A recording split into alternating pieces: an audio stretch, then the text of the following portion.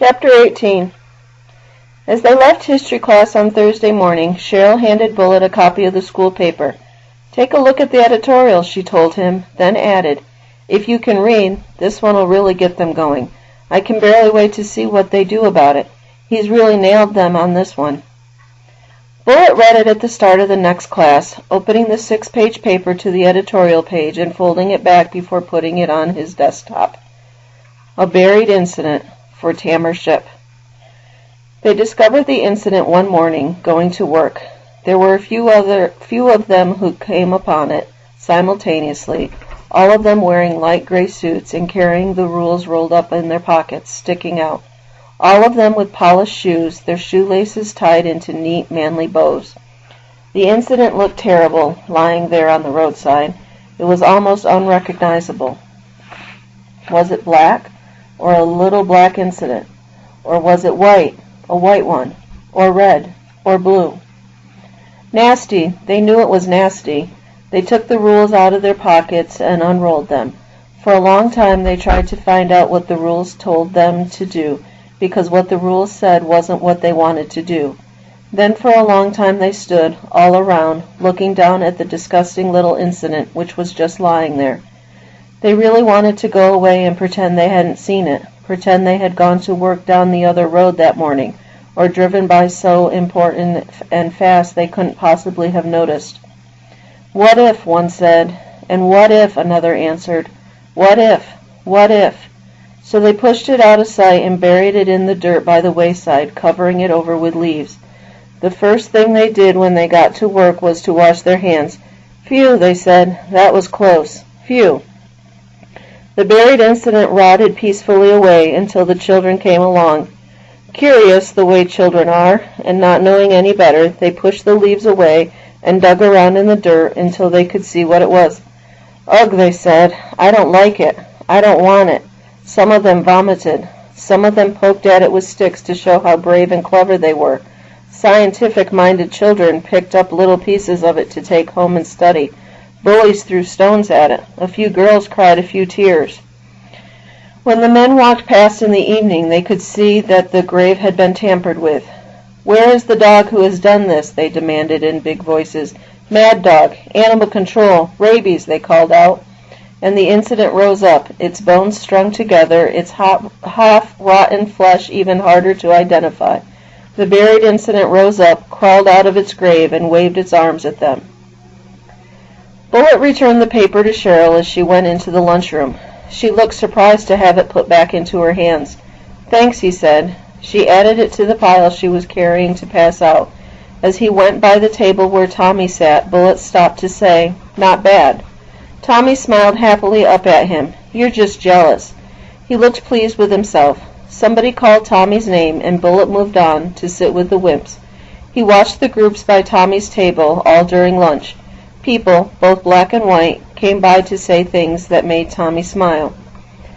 That afternoon Bullitt ran a couple of times around the course beside Tamar, keeping his own pace easy but stretching Tamar's. Tamar ran it twice more on his own while Bullitt worked over the hurdles. Tamar watched the end of that. "You want some advice?" he offered as Bullitt finished a round. Bullitt shook his head. He was concentrating on trying to feel down his muscles what was wrong. He was getting too much height and not enough forward movement in the jumps. "Come off it, Tillerman," Tamar faced him. "Is it that important to you always to be in top position?" "Huh?" "I do know something about hurdling," Tamar said. Colored, always thinking you were putting them down. "I won't tell anybody," Tamar said sarcastically. "Can it?" Bullitt said, not angry for a wonder. "It doesn't work for me that way. I do it until it feels right." "Nobody can teach you, is that it?" "Yeah, that's exactly it." The heavy eyebrows lowered. "You can get steamed if you want to take it personally. For the record, though, I don't care what position I'm in. I have never worried myself about that." Tamar just stared at him. "I think you're straight," he finally said. "Of course I am." "Then what if I ran a few? My technique is pretty good. I had some good coaching before. You want me to do that?" Bullitt nodded. Tamar chuckled, shrugged, loped onto the track, and ran the hurdle slowly, easily. Bullitt watched his approach to the jumps, how he distanced himself to take off, the forward angle of his torso as he went over it. Bullitt could feel that leaning forward into the landing. He hadn't been doing that. Before Tammer finished, he went back to the start. "Get off sooner than you think," he told himself. He took down a couple of hurdles at the beginning, but he held the picture of Tammer's jumps in his mind, and he could feel how that worked. "Yeah," he said to the big colored guy. "You're welcome," Tammer answered, sarcastic again. "Are you going to be running the hurdles?" "Frankly, I hope not," he added. "Nah," Bullitt told him. "Running on a track. I don't like it, you know." "No, I don't, but as I see it, that's your problem." "You got it," Bullitt agreed. "You're looking better over the hurdles," he remarked. "Yeah, I am. It feels better, too. After cross-country, the hurdles is a breeze. I like that. You know, I originally planned, when we moved down here, I was going to play football. It's what I played before. It's easier to look good for scholarship money with football. College," he explained to Bullitt's expression. "You've heard the phrase, going to college." "I seem to remember it from somewhere. But I'm not playing football." "I heard. And I was burned about that. But being burned doesn't do any good, so I figured track was my next best bet. A real second-rater, though, I thought. Now I don't know. I've been thinking, like Hamlet says, there's a divinity that shapes our ends. You know, it's Shakespeare." "I've heard of him," Bullitt told Tammer. "My father used to quote him at me when he used to speak to me. 'How sharper than a serpent's tooth it is to have a thankless child,'" he proved. "My old man quoted the racing form when he wasn't too strung out to do more than dribble where he sat," Tammer said. "Tough luck, yeah?" "Yeah." "The way I see it now, track'll do me as well as football. Maybe better. I'm pretty good. Not like you, not in your class, not anywhere near your class, but better than most, which is good enough. Much better than most." "What does it matter?" Bullitt wondered. "Brother, I can hold down 2 jobs and still get through high school with no trouble and top grades. But I doubt I can do that in college, not with a family to support. Not the kind of jobs I can get. I need a good scholarship." "What jobs you do?" "This year, I wash dishes at a place on the road up to Salisbury, a truck stop, and pump gas up to Route 50 on weekends, the night shifts. Both minimum wage, which is very minimum, let me tell you. The time's no big hassle now, but I'm hoping the academic standards at college will be a little higher." "I wouldn't know. And don't intend to find out if I'm right. Am I right?" "So what?" "Hey, so nothing. It's none of my business. I'm not even much interested." He meant that, Bullitt could see. He knew how to leave people alone. "Collards grow up faster," he thought. "Say it. You're grown up," Bullitt said. "My guess is I always was," Tammer told him. "But not because I'm black. Don't kid yourself about that." "Colored," Bullitt corrected. An all-school meeting was called for the next morning, first period. The students filed into the auditorium by homerooms, the youngest nearest the front and seniors at the back.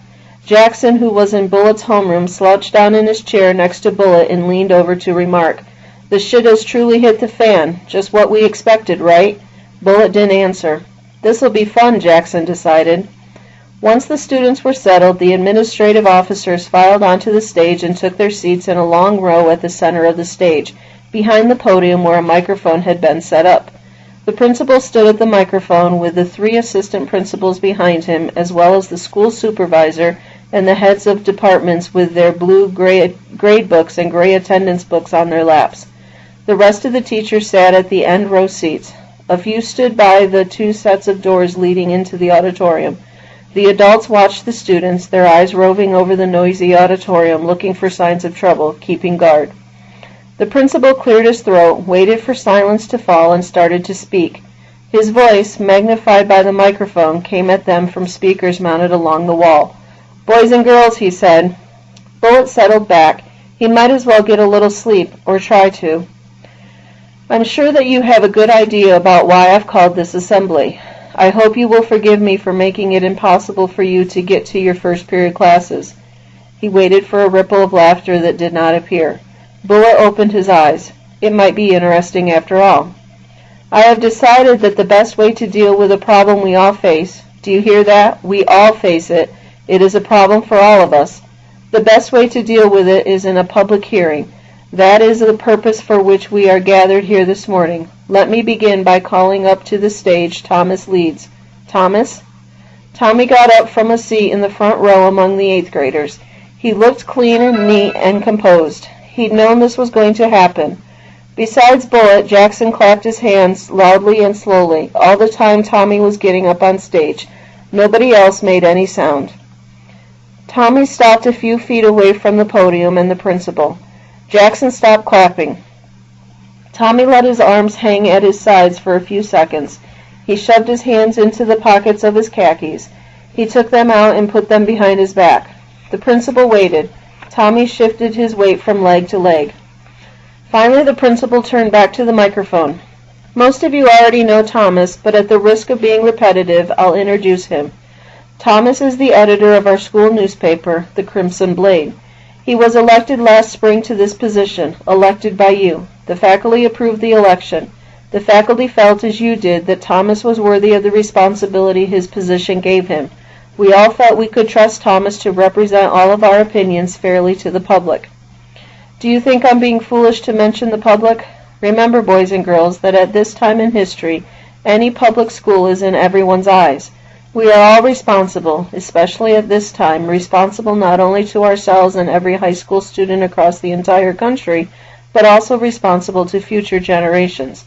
The hard fact is that what we do today will determine how the future generation of school children, black and white, will find the institutions we leave to them. It is no small decision you will make here today, boys and girls. So they were going to try to get him voted out. Well, it was a bold enough move and pretty smart. Tommy had struck out at them, and this was counterattack. It made sense. This is America, a democracy, and Thomas has been duly elected to his position of responsibility.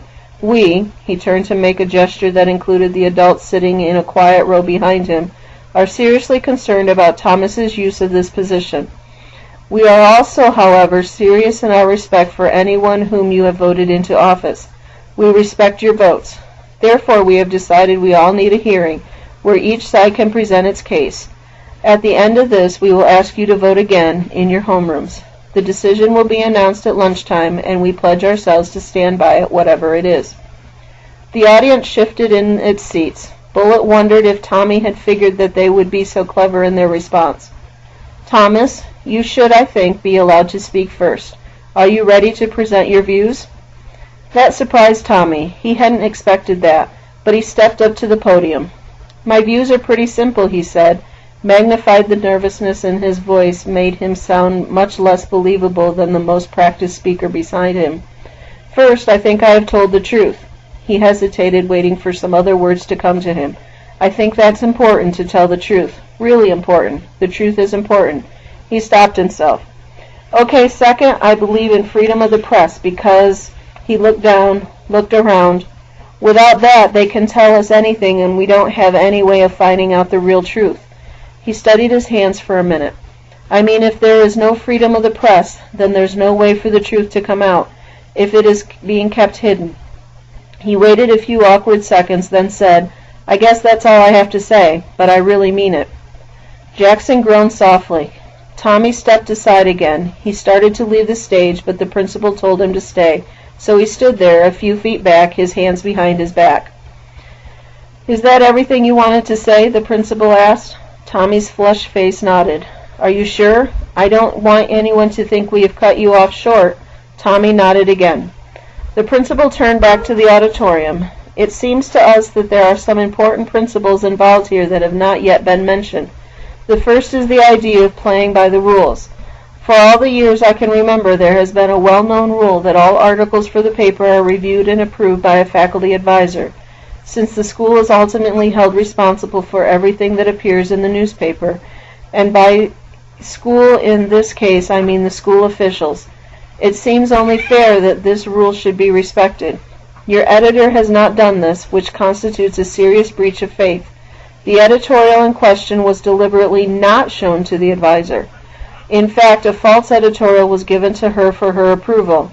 That isn't a misrepresentation of the facts, is it, Thomas? Tommy shook his head. Now, whatever my personal feelings about such underhanded methods or about dealing with someone who is deliberately hypocritical,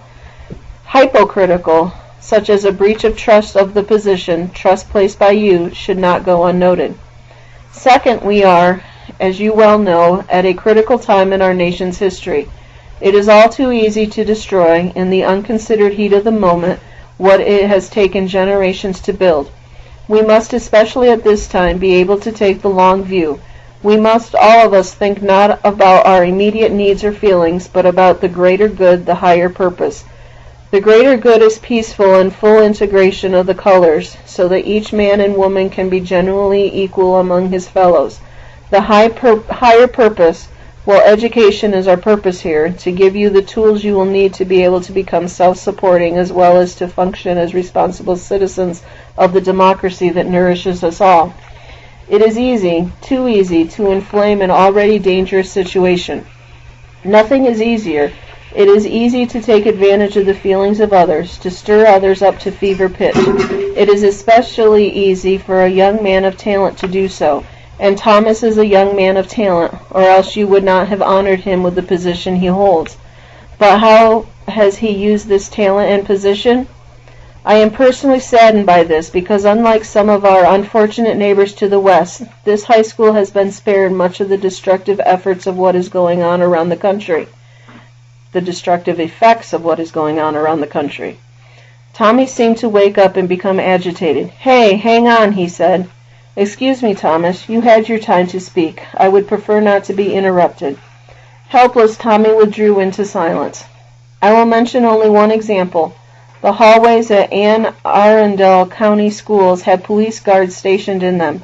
Is that what you want to happen here? Policemen with trained attack dogs are put on duty at all sporting events. Do you want that to happen to your school? Teachers are leaving their jobs without notice, 25% of them since school opened in the fall. They cannot be replaced by able people. Is that the kind of education you want for yourselves? But that has nothing to do with it. Do you want to come to school every day, not knowing whether or not violence will erupt? That has not been the case here, and that is a credit to you, to all of you, and to your teachers. When I read the newspapers, I am proud of us all because we are achieving what many say cannot be achieved. I think that achievement is now being threatened. This saddens me and frightens me. Bullitt could feel the ripples of fear going around the auditorium. Everybody knew the schools in many places were not safe for teachers or students.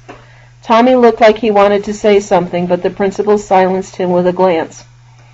Finally, there is one more point. Like it or not, you are not adults. You do not carry adult responsibilities. You are not expected to. Students are not drafted, which is a clear statement. The adults of your community, however imperfect they may be, do their best to make your lives safe and useful. Bullitt saw now what the man was doing. He was using the assembly to make sure Tommy got voted out of his job. He had put Tommy up there on stage where he'd be nervous and not look good. He had let Tommy talk first because people would remember most clearly whatever was said last. Then he had taken out all of his heavy ammunition to attack with. This was supposed to be a hearing, but it was more like a siege. At first, the army outside had been the adults on stage, surrounding the students with their authority. Now, as the principal talked, everybody but Tommy was in the army outside, lying in wait to get through the walls. Tommy seemed to have figured out the position, but he couldn't do anything about it. Well, Tommy had brought it all about by his own choice, Bullitt thought. On the other hand, the principal hadn't ever talked about the truth of the editorial. He had talked about other things, using fear and patriotism and even pride to get people thinking his way. He was obscuring the supposed cause, which was whether or not they had done a cover-up on the incident, whether or not things were as peaceful and as safe as they said. It was nothing more than a siege, and it was going to be one of the shortest sieges on record, Bullitt thought, because Tommy didn't seem to realize where his best defense lay. You must be careful not to react like children in a tantrum, screaming and biting. A truly mature young person understands that when wiser heads than his cannot reduce a problem to simplicity, he must respect the difficulty of the problem. It is that maturity, so essential to an editor. Bullitt stood up and pushed his way over the knees of the people in his row toward the center aisle. He would have gone for the side aisle, which was less obtrusive, but the teacher sitting there would have stopped him. He turned to walk up and out. "Samuel Tillerman!" The name echoed from all the loudspeakers. Bullitt turned around. "May I ask what you're doing?" The principal was trying to set it up the way he had set up Tommy. Bullitt met his eyes but didn't answer. He figured what he was doing was self-evident. "You're leaving?" the man finally asked. Bullitt nodded. You could see the guy trying to figure out how to handle this. "Why are you leaving?" The guy was scared everybody would get up and follow Bullitt out. Bullitt didn't give two hoots about everybody, or even about Tommy. He just wasn't about to stay there any longer and be lied at. "You said this was a hearing," he called back, down the broad aisle and up onto the stage. "It isn't," he said. "I see," the voice said. "What is it then?" "You know exactly what it is." The principal misunderstood Bullitt's silence. "Sit down, Samuel," he ordered. Bullitt just stood there for a while, then turned around again. He didn't hurry up the aisle, didn't go slow. He moved along at his usual pace. "Samuel, I think your days among us are numbered," the voice threatened him. "The really big gun, expulsion." Bullitt turned at the door to answer. "Yes, I expect they are." With 180 school days in a year, they were always numbered. He waited to see if the guy had anything else he wanted to say, not nervous, not uncomfortable, just waiting. He didn't care, and that seemed to sink in after a while. He didn't care about the principal up on the stage, or about Tommy up there blowing it, or about the students sitting turned in their seats to watch him. None of them could make him do anything, and he knew it. After a while, that seemed to sink in, so he left the auditorium. Nobody said anything to him about walking out. Everybody was too wrapped up in discussions of the results of the vote. Once these were announced in the cafeteria, everybody started talking about who the new editor would be. Nobody seemed to notice that the next editor was going to be appointed by the faculty committee instead of elected. Everybody was just busy deciding whether or not to try for the job. "Well, it looks so good on your college applications," Cheryl apologized to Tommy. "And I know I'm not popular, but the faculty likes me." "Go ahead," Tommy told her. "You're welcome to it. You'll look good with a brown nose." Cheryl walked away. "I can't believe they did this to me," Tommy said to Bullitt, waving his hand to indicate the people all over the lunchroom. "Jerks. I looked bad, though." Bullitt didn't disagree. He wondered if Tommy realized that his editorial had been no more favorable to the students than to the administration. A truly unbiased piece. What did Tommy expect? "He outmaneuvered me." And how? "I seriously underestimated the man. Oh, hell, who cares anyway? I've got better things to do with my time than to try to make a rinky-dink school newspaper look good. But I wish I had your guts, Bullitt." "You wish you had won the vote." Somebody came over and put a hand on Tommy's shoulder. "Tough luck." "Yeah, it's a pisser," Tommy said without heat. Only two people said anything to Bullitt about what he'd done. The first was the coach, who came hustling over at the start of practice, his windbreaker zipped to his throat against the cold. Bullitt knew what was bugging him, the state championships. "Do us a favor, Tillerman. Don't get yourself thrown out of school before December. Will you do that? Will you just try to do that?" "Sure," Bullitt said. "The team has worked so hard," he predicted. "Because the rest of the guys have all worked so hard," the coach said. "You owe it to the team. It wouldn't be fair for you to let them down now." The second person was Tammer, which surprised Bullitt. Tammer didn't even wait until after they had worked out. "You lost it," he said, angry. "Why do you say that, Bullitt? You could have said just about anything, and everybody in the auditorium would have gotten up to follow you out. They were just looking for a reason, just waiting to be shown what they suspected. What's wrong with you?" "Not a thing. Not anything you mean, anyway." "Are you going to work out or not?" Bullitt demanded. It was nothing to do with Tammer. "Don't give me that. You were standing there, and there was nothing, but nothing, he could do to you. You had the whole place right in your hand. You saw right through him. You got right to the real point. If you'd explained anything, just to make it clear, you can't expect people to think for themselves, and there's your real equality. Neither blacks nor whites are doing much thinking. But someone like you, all you've got to do is show them how you see things. I would have been the first one up myself. I thought about doing it anyway, but until you explained what he was up to, it would have been just black activist gesture. It wouldn't have counted for anything. What did you want? What did you want, Bullitt?" "I wanted to get out of there." "Don't you care that you could have had everybody behind you?" "No." Tammer stared at him, studying his face. "Are we going to do any work?" "I am, whether you do or not." "You really don't care, do you? You don't make any connections. You haven't got any. Tamara didn't expect an answer, didn't wait for one. I don't understand you, Tillerman. You're not cut out for ordinary life. You know that? I'm not putting you down. I'm just figuring something out. I don't know what's going to happen to you. You're either going to end up really great or dead. Everybody ends up dead, Bullitt pointed out. No, you know what I mean. Dead young. Dead with your life wasted. Because you're going to drop out, aren't you? No need to answer that. And they'll draft you, which you won't mind, and if you survive, you'll become some kind of 5-star general, chief of staff, with your potential. How can you waste that potential? Bullitt, think of what you could achieve. Collards, and all the liberal types too, always thinking about making the world a better place. Or destroy, Tamara continued. I don't know what you are. Some kind of loner. I never met anyone at all like you. I'd like to have you on our side, though, if you ever decide to connect up with anything. Collards, always making it one side or the other. Say it. You collards, you always turn it into taking sides. Blacks, Tamara snapped. And why do you always do that anyway? What's the matter? Bullitt demanded. Blacks is our name for ourselves, not something laid on us by anybody else. Of anyone, you should understand that. I never thought, Bullitt thought.